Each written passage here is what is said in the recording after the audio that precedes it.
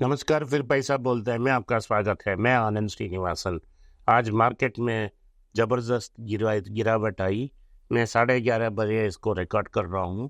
पहले सुबह तो मॉर्निंग में मार्केट ऊपर उठी। प्री मार्केट में 70 पॉइंट ऊपर थी और ओपनिंग में तो 40 पॉइंट ऊपर थी। उसके बाद निरंतर मार्केट गिरना शुरू हो गई। जो बैंक निफ्टी पॉजिटिव में ओपन हुई वो नेगेटिव में आई। जब मैं बोलने के लिए तैयार कर रहा था इस पॉडकास्ट को, लगभग 350 पॉइंट नीचे आ चुकी है। मैं लगातार आपको बोलता रहता हूँ कि प्रेशर है मार्केट में, क्योंकि डिपॉजिट बैंक में नहीं आ रहे हैं। क्योंकि डिपॉजिट नहीं आ रहे हैं, क्रेडिट डिपॉजिट रेशो प्रेशर में है। इसी कारण बैंक निफ्टी निरंतर प्रेशर में है और मार्केट नीचे आ सकती है। जो एमएसआई इंडेक्स में आने के कारण बताकर लोग बोल रहे थे कि एचडीएफसी बैंक का बड़ा ऊपर उठेगा, वो तो नीचे आ गया। अब 1600 के आसपास पहुंच गया है, उसके नीचे भी जा चुका है। अभी भी आप वेट करें, अगर आप वेट करें तो बेहतर होगा। दूसरा न्यूज़ ये है कि सोने के दाम में बड़ा इजाफा हुआ। सवरन या 8 ग्राम का जो मेजर है उसमें 200 रुपये का इजाफा हुआ है।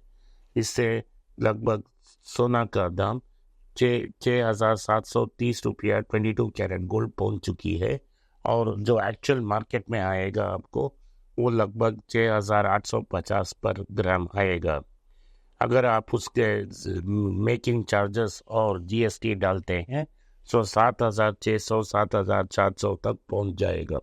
इस सोने का दाम का रेस का एक ही बड़ा कारण है कि ये जेरोम पॉल को हम शुक्रिया अदा देना चाहिए। जेरोम पॉल ने अभी बोल दिया है कि अमेरिका में वॉर हीटिंग बंद हो गया है और अभी इन्फ्लेशन काबू में आना शुरू हो गया है। जो रेट कट उन्होंने दिसंबर तक की पोस्टपोन की है, उन्होंने ये ऐलान कर ली कि शायद सितंबर में भी रेट कट आ जाए। मार्केट की एक्सपेक्टेशन है 74% रेट कट सितंबर में आ सकती है। इसी कारण कल S&P इंडेक्स, डाउ और नैस्डैक इन एक साथ बढ़ गई है और छठी सेशन में रिकॉर्ड पहुंच गई है। लेकिन भारत में उसका एक्सपेक्टेशन नहीं है, क्योंकि जो सरकार की इलेक्शन के बाद लगभग 11% ऊपर जा चुकी है। आज टीसीएस की रिजल्ट आ रही है और टीसीएस की रिजल्ट से बेसब्री से मार्केट वेट कर रही है क्योंकि एक्सपेक्टेशन है कि म्यूटेड अर्निंग्स होगा। मैं सबसे बड़ा ये देखूंगा कि लोगों को कितना कम किया है, रिक्रूटमेंट कितना कम हुआ है, क्योंकि सॉफ्टवेयर इंडस्ट्री में लेबर आर्बिट्राज ही सबसे बड़ा है। और लेबर आर्बिट्राज बड़ा होने का है कि अमेरिका में $3,000 मिलेगा एक लेबर रिसोर्स को, और इधर 50-60 हज़ार उनका तनख्वाह देना पड़ता है। अगर आप लोगों को बाहर भेज रहे हो तो ये सरासर साफ हो गया है कि आपको आईटी में ट्रैक्शन नहीं अभी तक आया है और प्राइस करेक्शन आ सकती है। लेकिन वो रिपोर्ट 5:30 बजे के बाद आएगा, हम कल ही उसका विश्लेषण कर पाएंगे। तो ये रहा टीसीएस का। कल एचसीएल का रिपोर्ट आएगा तो हम परसों उसके बारे में बात करेंगे। तो ये रहा जो रिजल्ट एक्सपेक्टेशन था, जेरोम पॉल का रेट कट था, और फाइनली उसके पहले सोने के बारे में हमने बात की। आज सभी जो अखबार में प्राइम रिपोर्ट ये है कि 60,000 करोड़ का एक पेट्रोलियम रिफाइनरी आंध्र प्रदेश के ईस्टर्न कोस्ट में लगाया जाएगा। 3 ऐसा लोकेशंस हैं जिनसे एक को सेलेक्ट चुन लिया जाएगा, और 5,000 एकड़ में एक बड़ा पेट्रोकेमिकल कॉम्प्लेक्स आएगा। तो इसके बारे में मैं आपको एक छोटा सा एक्सप्लेनेशन देना चाहता हूँ। पहला, peak oil according to international energy association 2029 तक आ जाएगा। उसके बाद ऑयल की डिमांड में कमी आएगी और हर रिपोर्ट में 1 या 2 साल कम करते जा रहे हैं। तो 2027 में भी शायद पीक ऑयल आ सकती है। गवर्नमेंट के पास, सेंट्रल गवर्नमेंट या स्टेट गवर्नमेंट के पास पैसा नहीं है, तो इस पैसा को कर्ज से लेकर ही करेंगे। भारत पेट्रोलियम का पास पैसा नहीं है, यही सरकार ने आपसे वादा किया था कि वो भारत पेट्रोलियम को बेचेंगे और उसको पब्लिक इश्यू करेंगे। तो उनका एक रिफाइनरी को जो असम में था उसको सेपरेट करने की प्रोसेस भी अनाउंस की थी, लेकिन सरकार के पास मेजॉरिटी चला गया, उसको सरवाइव करना है। तो पीपीएससी इस अनाउंस करने का मतलब है कि जो पब्लिक सेक्टर को बेचने के बाद ये सरकार कर रही है, बीपीसीएल का बेचना नामुमकिन है। और ये 60,000 करोड़ कर्जा लेके फैक्ट्री डालेगी, इससे उनका पी एंड प्रॉफिट्स नीचे आएगी, क्योंकि 7 या 8 साल होगा रिफाइनरी फंक्शनल होने के लिए, लेकिन कर्ज उसके पहले लेना पड़ेगा।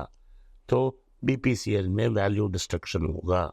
जब 2000 अनाउंसमेंट कर लैंड एक्विजिशन शुरू करने से में ही 1.5 साल लग जाएगा। उसके बाद 3 या 5 साल तक लगेगा कंस्ट्रक्शन खत्म करने के लिए। सो लगभग 7 साल के बाद ही पहला पेट्रोल और डीजल उससे आएगा, और लगभग 31 तक ही आएगा। उस समय पेट्रोल और डीजल का डिमांड ड्रॉप हो जाएगा, प्लास्टिक का डिमांड ड्रॉप हो जाएगा।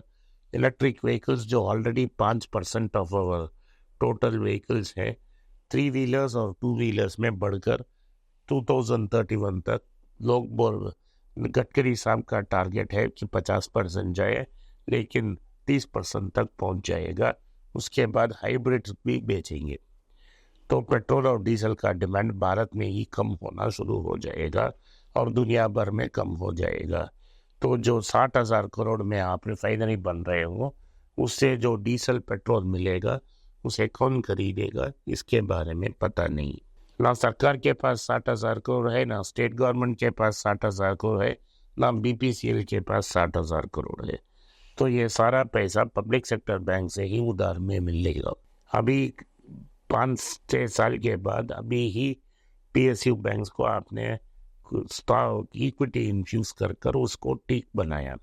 अगर आप 60,000 करोड़ रुपया एक प्रोजेक्ट जो डूम्ड है उसको देंगे, तो पैसा वापस आने में बहुत दिन लगेगा और ये सैडल हो जाएगा। इस लोन को पीएसयू बैंक्स में दबाव डालकर हम डाल देंगे, तो लोगों की पैसा को उठा के आपकी रिफाइनरी में डाल रहे हो, जो ना शायद प्रॉफिटेबल होने का चांसेस बहुत कम है। यही हो रहा है पेट्रोल नेट में। आप इनकम बुक कर रहे हो, लेकिन मिनिमम गारंटी की सारी पब्लिक कम सेक्टर कंपनियां उसको पे नहीं कर रही हैं। इसीलिए मैं कहता हूं आप गवर्नमेंट स्टॉक्स अवॉइड कीजिए। इसमें और एक प्रॉब्लम है कि जो बैंक को ग्रोथ आने में रिजर्व्स एंड सरप्लस का बड़ा रोल है, क्योंकि वो इक्विटी में ऐड हो जाएगा। सो हर साल आप अगर 100 रुपया की प्रॉफिट बनते हो, शायद 30 या 40 रुपया डिविडेंड दे सकते हो और 60 रुपया वापस रिजर्व्स में जाके बैंक की बैलेंस शीट बिल्ड करनी हो चाहिए। उसके हिसाब से ही बैंक का ग्रोथ होगा। लेकिन आज न्यूज़ आया है कि 4 पब्लिक सेक्टर बैंक मिला के 6,500 करोड़ का लगभग डिविडेंड गवर्नमेंट को दे रही है। देखिए, अगर सारे पैसा जो मुनाफा में कमा रहा है वो डिविडेंड में चला जाएगा, तो रिजर्व्स कौन बढ़ाएगा और कम बैंक का फ्यूचर ग्रोथ कैसे होगा। इसीलिए private sector profitable portions of the market में ग्रो कर रही है और प्रेशर नेशनलाइज बैंक्स में है। और जब आप 60,000 करोड़ की रेट कट लोन देने के लिए तैयार हो रहे हो, उस समय लोग बैंक में डिपॉजिट नहीं दे रहे हैं। वो शक्तिकांता दास ही बोल रहे हैं कि डिपॉजिट ग्रोथ नहीं है। तो ये सारा सिस्टम फ्लॉड है। इसका रिजल्ट नतीजा आपको 6-7 साल बाद मिलेगा। तब तक बहुत पानी ब्रिज के अंदर बह जाएगा, तो क्या होगा आपका, ये पहला क्वेश्चन है। इसीलिए मैं बोल रहा हूँ आप नेशनलाइज बैंक्स और पब्लिक सेक्टर कंपनीज को अवॉइड करना ही बेहतर है। ये पहला मैं आज का आपके लिए एडवाइस दे रहा हूँ। अल्ट्राटेक सीमेंट ने रॉक सीमेंट्स, ये यूएई सीमेंट्स में, यूएई सीमेंट ग्रुप में और 25% स्टेक ले ली। वो एक हफ्ते पहले मैंने आपको बोला था कि 23.6% की स्टॉक वे लोग दे चुके हैं। पहले ही उनके पास 7% की स्टॉक था, अब लगभग 55% वो कंट्रोल कर रही है। तो 55% ऑफ रॉक सीमेंट्स अल्ट्राटेक के पास पहुंच गई है। अभी वो इंडिया सीमेंट्स को भी खरीदने की कोशिश कर रही है। अगला इम्पोर्टेंट न्यूज़ है जाइडस लाइफ साइंसेस में। एक अच्छी खबर है, एक बुरी खबर है। रॉश, एक जर्मन कंपनी ने इंडियन ड्रग रेगुलेटर से कंप्लेन की है, जो कैंसर बायोसिमिलर जाइडस बना रही है, वो पेट अपने उनकी पैटेंट को इन्फ्रिंज करती है। सो टेम्पररी रुकावट है। अमेरिका में उनको ये ड्रग, हार्ट फेलियर की ड्रग को अप्रूवल मिल चुकी है, वो सेल्स ऊपर जाएगा। लेकिन ये कैंसर ड्रग अभी ही लॉन्च होने वाली है, अभी उसको कोई सेल्स नहीं है, उतना नुकसान नहीं है। एक्सपेक्टेड रिटर्न्स पे नुकसान है, जो रिजल्ट्स आ रहे हैं उसमें नुकसान नहीं है। और एक न्यूज़ है कि चेन्नई के आर्यार आनंद भवन अपने 25 से 35% की स्टेक बेचने के लिए तैयार हो रही है। ये प्राइवेट इक्विटी फंड से आएगा पैसा, और आर्यार आनंद भवन का डिमांड है उनके 1000 से 1500 करोड़ की पैसा मिलने वाली है। क्या प्रमोटर उसे बाहर निकलेगा पैसा को, या प्रमोटर पैसा को अंदर रखेगा, ये बात है। और ये भी अनाउंस किया है कि 5 साल में आईपीओ हो जाएगा। सो साफ साफ है कि चेन्नई से एक क्विक सर्विस रेस्टोरेंट की पब्लिक इश्यू आने वाली है। JLR ने बोला है कि भारत में उनका सेल्स 31% ग्रो हुई है, और मर्सिडीज बेंज का रिपोर्ट है कि उनका सेल्स बहुत बेहतरीन होगा। तो ये न्यूज़ है कि ऑर्डिनरी कार्स की सेल्स कम हो रही है, लेकिन लग्जरी व्हीकल्स की सेल्स बढ़ रही है। ये सीधा एक के शेप रिकवरी के इंडिकेशन है। आज के लिए इतना ही। आपने इस पॉडकास्ट को सुना, इसके लिए मैं आपका आभारी हूँ। हो सके तो इस वीडियो को लाइक कीजिए, चैनल को सब्सक्राइब कीजिए और बेल नोटिफिकेशन दबाएं। अपने दोस्त और रिश्तेदार के पास भेजें और उनको देखने की आग्रह करें। नमस्कार, धन्यवाद, जय हिंद।